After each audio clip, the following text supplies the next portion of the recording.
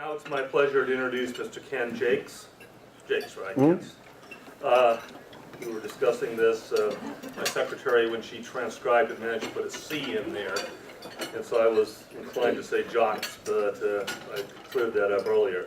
Mr. Jaques founded Global Communication Strategies about 10 years ago. He has about 20 years of experience in national and international public relations. He's worked with both U.S. and foreign governments on communication strategies. In fact, I believe he will be mentioning what he'll be doing in Ghana next week, which is really a communication strategy dealing with their presidential debates. He's also reported for a wide range of news organizations, including CNN. He advises a wide range of organizations in communications, media strategies, marketing, trade, market entry, government relations, reputation management, and a range of other fields. He assists these organizations in developing possible relations with various governments, including the U.S. and foreign governments. And with that, I would like to ask Mr. Jaques to come up.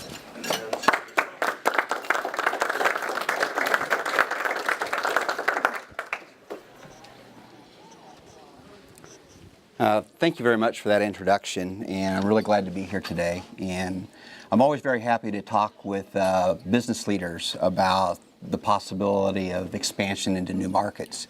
And I just want to kind of see here, how many companies here or individuals have done work in especially developing countries? So quite a few. How many in Eastern Europe? Quite a few. South America? So more in South America than in Eastern Europe. Asia? So what I'm really going to talk about today is really communicating with governments and other businesses in developing countries. And since most of my experience really comes from Eastern Europe, I'm going to talk mostly about that. I do a lot of work in South America, and I'm beginning to do some work now in Africa as well.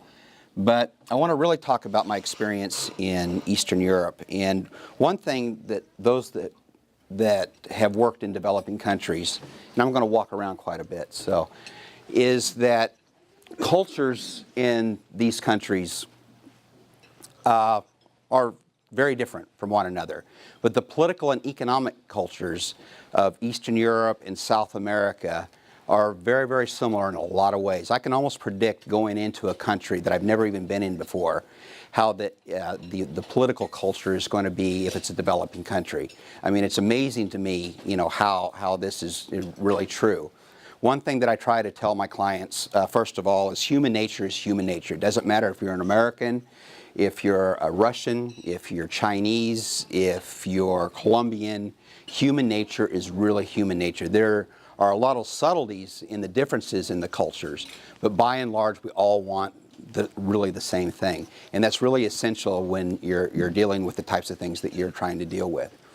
Let me talk a little bit about the former Soviet Union and how that really relates to today, especially if you want to develop markets in the former Soviet Union and the former Soviet bloc, which includes Poland, Czech Republic, Hungary, and those countries. The very first international contract I had was with President Shevardnadze of Georgia.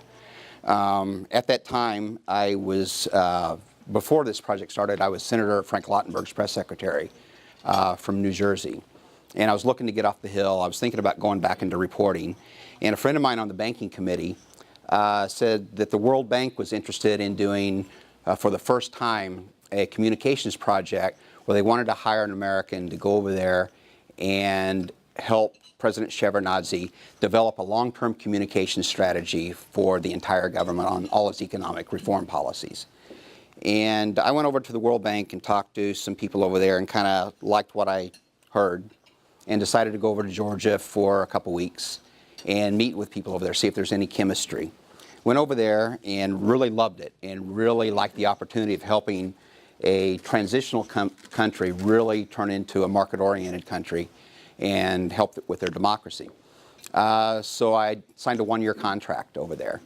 But to really understand the political and business cultures of all of these countries in the former Soviet Union and Eastern Europe, you really have to understand what went on during the Soviet period. Because the people really in charge of these countries, unless they've died or retired, are really the same people that was running the governments back in the late 80s and early 90s. Or it's relatives of theirs or good friends of theirs. Everything is based on relationships in this part of the world. In fact, in Latin America, as probably a lot of you know, everything is really based on relationships and family structures, and that's just the way of doing business. One thing you got to really understand, and I was talking to Levon on the way up about this, is contrary to popular belief about the Soviet Union, is toward the last days of the Soviet Union, no one believed in communism. No one believed in the system. And that probably goes back for decades. And the reason for this is that if you wanted to get ahead in the former Soviet Union or Eastern Europe, you had to either be a member of the Communist Party, or you had to have a family member that was a member of the Communist Party, or a good friend that was a member of the Communist Party. You had a distinct class system in the former Soviet Union and Eastern Bloc countries. You had those that had a lot, and you had those that really didn't have a whole lot. And it just depended on those relationships that your family had or your friends had. And that's the way you got ahead. And the way I describe it, and a lot of people really don't like to hear this, especially those that are in academia and study the former Soviet Union, and it's all about terminology, really. But it was really nothing more and nothing less than an organized mafia. It really was. It was a way to control people. And people got into the Communist Party not because they believed in socialism or communism. They got into it because it was a way to get a job. It was a way to get ahead. And the only way you could do that, as I said, is through family contacts, or if you had friends that had contacts with families that were involved. A great example is my wife. My wife is a Georgian. I lived in Georgia for 3 years. She was in the foreign ministry over there, and she was a diplomat. And her uncle was the chief of staff of the Communist Party, who was on the first delegation to the United States with Brezhnev in 1972. He hated communism. He hated the idea of socialism. But he was very wealthy, and that would surprise a lot of people. Anybody in senior levels of the Communist Party made a lot of money. There's a huge black market system. So they had a strong market economy that was in the black, that was underneath the real economy. You have to understand that today to really understand the economy. I mean, you have to understand that, what they did back then, to really understand the economy today, because that system still exists over there. It's getting better in certain places, but in other places it's not getting better as fast as we would like. So if you want to do business in that part of the world, you really have to, first of all, know somebody, or you definitely have to know somebody. And number two is that you have to work with governments. It's not like it is here in the United States or in Western Europe or any other developed country.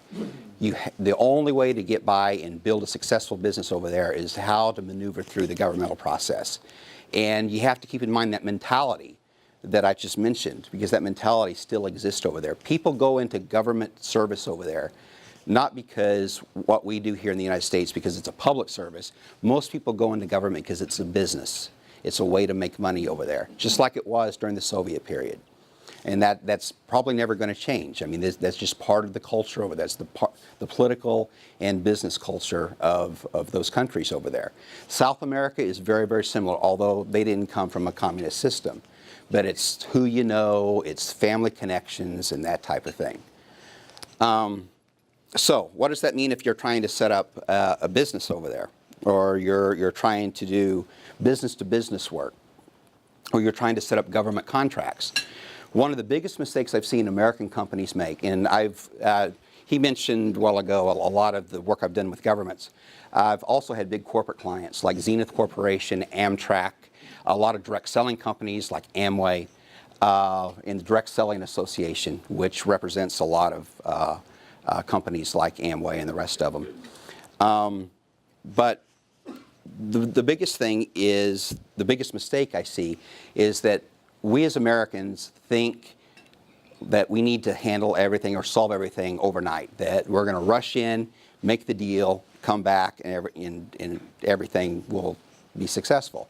It's very easy to start a business here in the United States.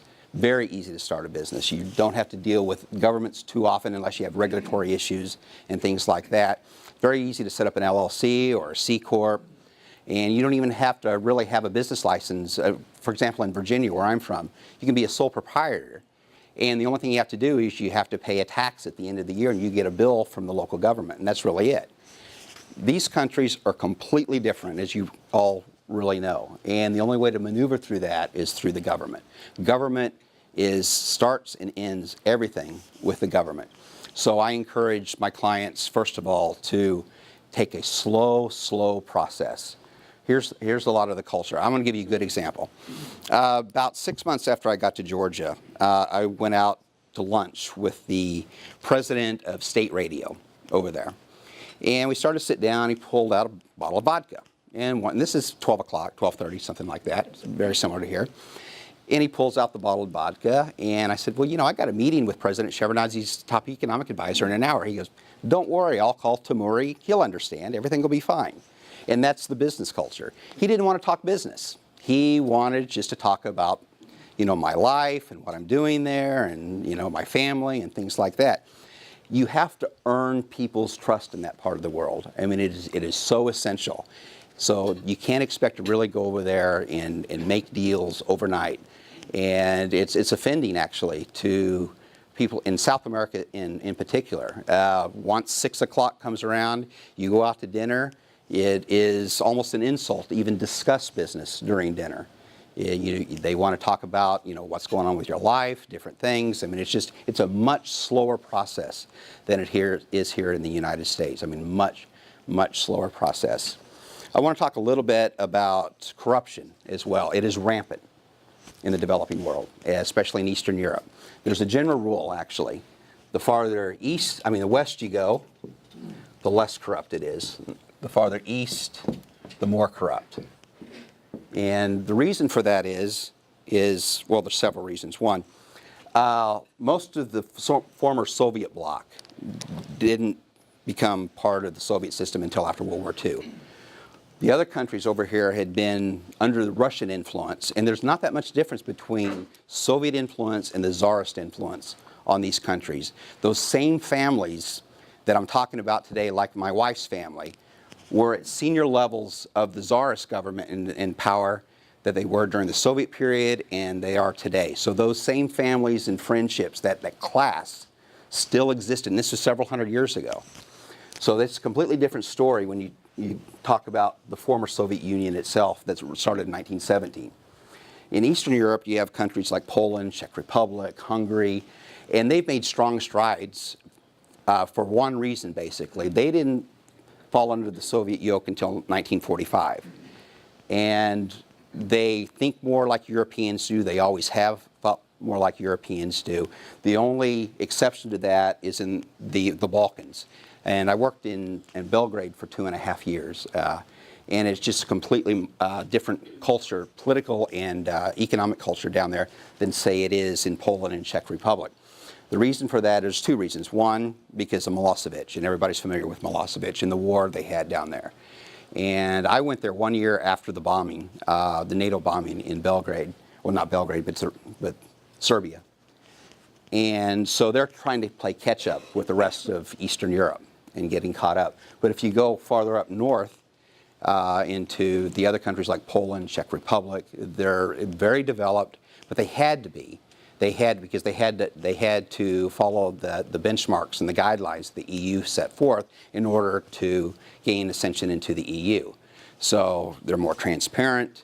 The legal system is much easier to maneuver through. Licensing is much more standardized than you're going to see in other parts of the world. So it's much easier to work through that process.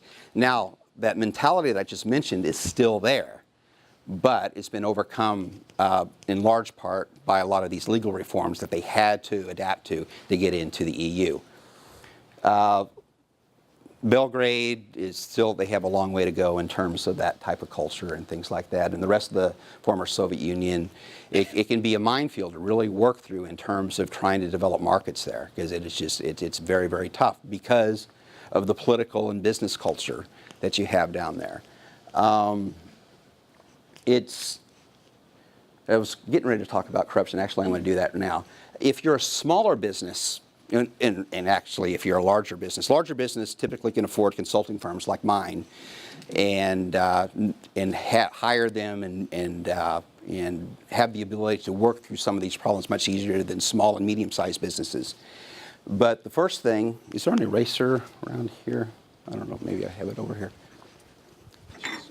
I got it.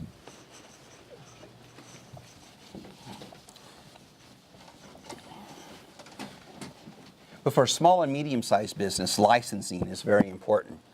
And I'm going to discuss something here. Does everybody know what this is? FCPA, the Foreign Corruption Practices Act.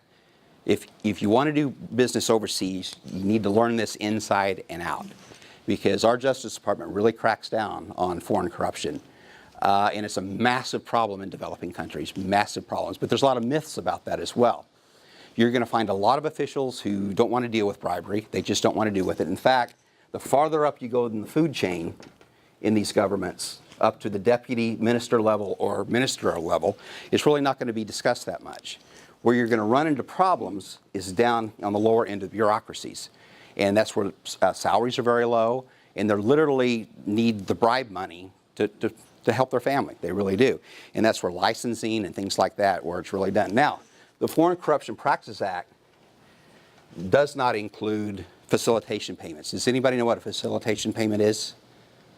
It's basically, I mean, we kind of have the same thing here. If you go to a passport office, right, and you need to get a passport for another country in 3 days, you pay extra to get it expedited.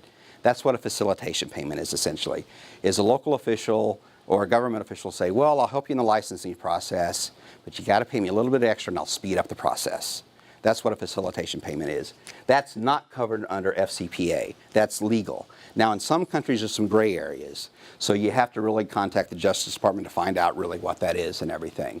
You won't find that as much up here at the upper ends.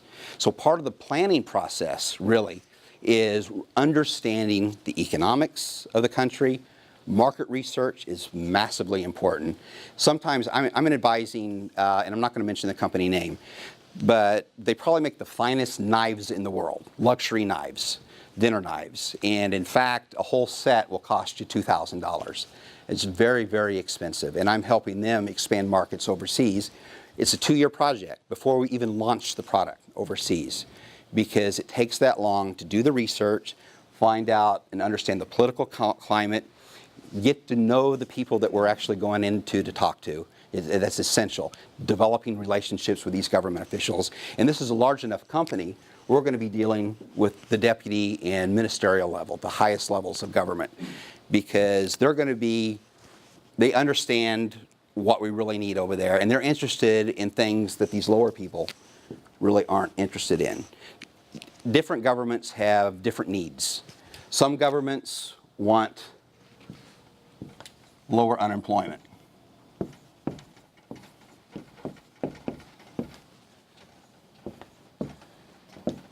So if you're a company and you can produce jobs, this is a major issue.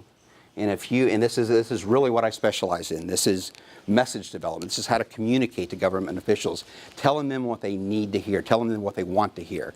You need to understand what their government really needs before you go in there. Other governments are interested in revenue, taxes. So can your company produce higher taxes or higher revenue for that country?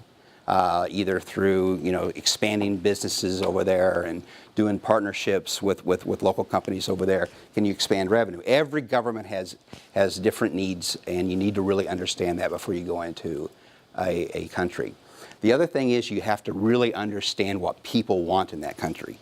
And a lot of American companies think that, well, if I have a good product here, it's going to sell anywhere, and that's not true at all.